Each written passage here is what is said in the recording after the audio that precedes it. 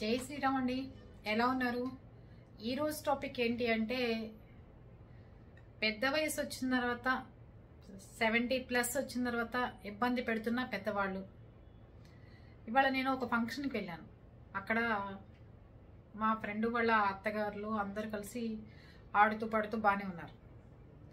బాగానే ఉంటే అక్కడికి వచ్చిన ఒక ఆవిడ చెప్తోంది, మా మామగారితో పడలేకపోతున్నాను, మతిమరుపు వచ్చింది, మమ్మల్ని గుర్తుపట్టట్లేదు ఆయన, మేమేదో ఆయన ఆస్తి కాజేయడానికి వచ్చాము అనుకుని పోలీస్ కేసులు పెడతాను, పోలీస్ కంప్లైంట్ పెడతానని 100కి డైల్ చేస్తున్నాడు అని మాట్లాడితే, పోలీసులు గబగబా నన్ను కాపాడండి, రక్షించండి అని చెప్పి పోలీస్ స్టేషన్కి ఫోన్ చేస్తున్నట్ట మామగారు.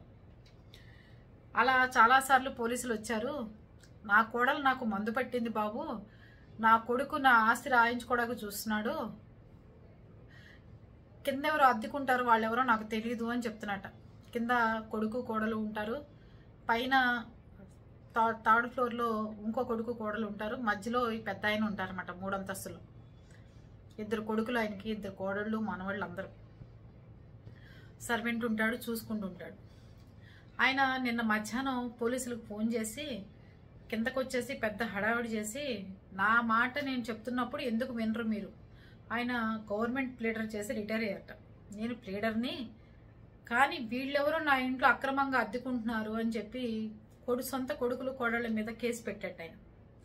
ఆ కేసు తీసుకోవాలో లేదో తెలియదు, వీళ్ళు దౌర్జన్యం చేశారు, నన్ను కొట్టారని చెప్తున్నాడు ఆ పెద్ద ఆయన. వాళ్ళకి పోలీసులకి అయోమయం అయిపోయింది. ఈ కేసు రాజమండ్రిలో జరిగింది.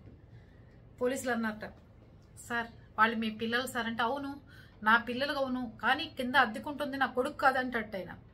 అప్పుడు కానీ వాళ్ళకి ఈయన కొంచెం పెద్ద ఆయన అయ్యారు, ఇబ్బంది పడుతున్నాడు అనేది అర్థం కాలేదు.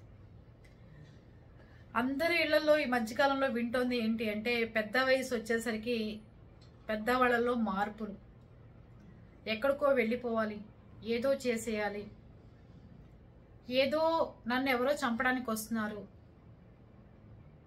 లేకపోతే మా అమ్మ వస్తుంది, మా తమ్ముళ్ళు ఇంటికి వెళ్ళాలి, ఆస్తులు కాపాడుకోవాలి, ఒక కోడలు గుర్తుంటే ఇంకో కోడలు గుర్తు లేకపోవడం, ఈ రకమైన సమస్యలతో పెద్దవాళ్ళు బాధపడుతున్నారు. చిన్నవాళ్ళకి, కొడుకులకి, కూతుర్లకి వాళ్ళని కాపలా కాయలేక చాలా ఇబ్బంది అవుతుంది. అయితే మొన్న ఒక ఆవిడ వాళ్ళ తల్లికే బాగుండక ఇలా ఇబ్బంది పడుతుంటే, ఎంతసేపు తమ్ముడు ఒక్కడే ఉండి ఏం చూసుకుంటాడు పాపం, 4 రోజుల పాటు వెళ్ళి ఉందామని చెప్పి కూతురు, ఇది మహారాష్ట్రలో జరిగిందనమాట, కూతురు తల్లి దగ్గరికి వెళ్తే ఆవిడ కరెంటు పోయింది అని చెప్పి, మామూలు పాపం చిన్న వాళ్ళు, కరెంటు పోయింది అని చెప్పి దీపం బుడ్డి దీపం అంటే క్యాండిల్ వెలిగించి అక్కడ పెట్టిందిట. పెడితే అర్ధరాత్రి పెద్దవాళ్ళు లేచి, ఇది నన్ను చంపడానికే వచ్చింది, దీన్నే చంపేస్తే పోతుంది అని చెప్పి ఆ క్యాండిల్ తీసుకొచ్చి ఆవిడ పడుకున్న బెడ్షీట్ మీద వేసింది. వేస్తే ఆవిడకి మెలకు వచ్చి మంటలు వచ్చి, వీళ్ళంతా అమ్మ నేను నీ కూతురునమ్మా అని చెప్పినా గుర్తుపట్టలేని పరిస్థితి తల్లులది. ఇలా పెద్దవాళ్ళతో చాలా ఇబ్బందులు, బాధలు అన్నీ పడుతున్నారు. కొన్ని ఇళ్లలో చూస్తుంటే పెద్ద ఆయనకి సమయానికి అందించాలి, పనివాడికి పెట్టుకుంటే వాడికి సమయానికి క్యారేజీలు ఇవ్వాలి, వాడికి సమయానికి టిఫిన్లు పెట్టాలి, వాడికి సమయానికి టీలు ఇవ్వాలి, కాఫీలు ఇవ్వాలి. ముసలాయన తిన్నా తినకపోయినా, పెద్దవాళ్ళు ఇంట్లో వాళ్ళు తిన్నా తినకపోయినా, ఇంట్లో పెట్టుకున్న సర్వెంట్లకి టెన్షన్గా అన్ని అందించేసేయాలి. ఇన్ని ఇబ్బందులు ఈ పెద్దవాళ్ళతో ఫేస్ చేస్తున్నామండి, చాలా ఇబ్బంది పెడుతున్నారు మమ్మల్ని అని నవ్వుతూ చెప్పుకుంటున్నారు. చూసారా, అంత కష్టాన్ని కూడా భరించి నవ్వుకుంటూ చక్కగా తీసుకుంటున్న వాళ్ళు ఎంత గొప్పవాళ్ళు అంటారు. ఏమీ లేకుండా తల్లుల ఆస్తుల కోసం, తండ్రుల ఆస్తుల కోసం కక్కుర్తి పడిపోయి రోడ్లకి ఎక్కేసి ఇబ్బంది గురి చేస్తున్న వాళ్ళు కొంతమంది. తల్లులు తండ్రులు ఎంత టార్చర్లు పెడుతున్నా, ఆఖరికి మామగారులు కూడా ఇబ్బంది పెడుతున్నా కూడా భరించి ఉండగల కెపాసిటీ ఉండటం చాలా కష్టం మనుషులకి అంట. నేనైతే మా ఇంట్లో కూడా మా అత్తగారు తల్లి ఉండేది, 100 సంవత్సరాలు ఆవిడ. మేం చేసిన దానికంటే మా అత్తగారు ఆ అక్క చెల్లెళ్ళు అందరు కలిసి చేసుకునేవాళ్ళు. కానీ ఆవిడ చెప్పేది, మా అమ్మని బాత్రూమ్ దాకా వెళ్ళదు, హాల్లో స్నానం చేయించండి, అలా చేయండి అంటే, పెద్ద పెద్ద ఇల్లు కాబట్టి, ఇండిపెండెంట్ హౌసెస్ కాబట్టి చక్కగా చూసేవాళ్ళం ఆవిడ. ఏ ఆఫీసర్ ఇంటికి ఎవరైనా వచ్చినా మా ఇంట్లో మగవాళ్ళని కలవడానికి ఆవిడ పిలిచి, ఇక్కడ కూర్చోండి, ఏం పని మీద వచ్చారు, ఏంటి, మీకేంటి సంబంధం ఇక్కడని వాళ్ళని క్వశ్చన్లతో హాల్లో ఆవిడ ఆక్రమించేసుకున్న సోఫా వరండా వాళ్ళని క్వశ్చన్లు చేసేది. ఈవిడ బాగానే ఉంది కదా, కబుర్లు చెప్పచ్చని పెద్దావిడ కదా అనుకుంటే ఆవిడ అక్కడి నుంచి ఆ టాపిక్ని ఎక్కడికో తీసుకెళ్ళేది. నా పొలం కొలతలు వేయటానికి వచ్చారా మీరు, నా పొలాన్ని తీసుకెళ్ళటానికి వచ్చారా, లేకపోతే నా పొలాన్ని అమ్మమ్మని బలవంతం చేయడానికి వచ్చారా అని అడిగేదిట.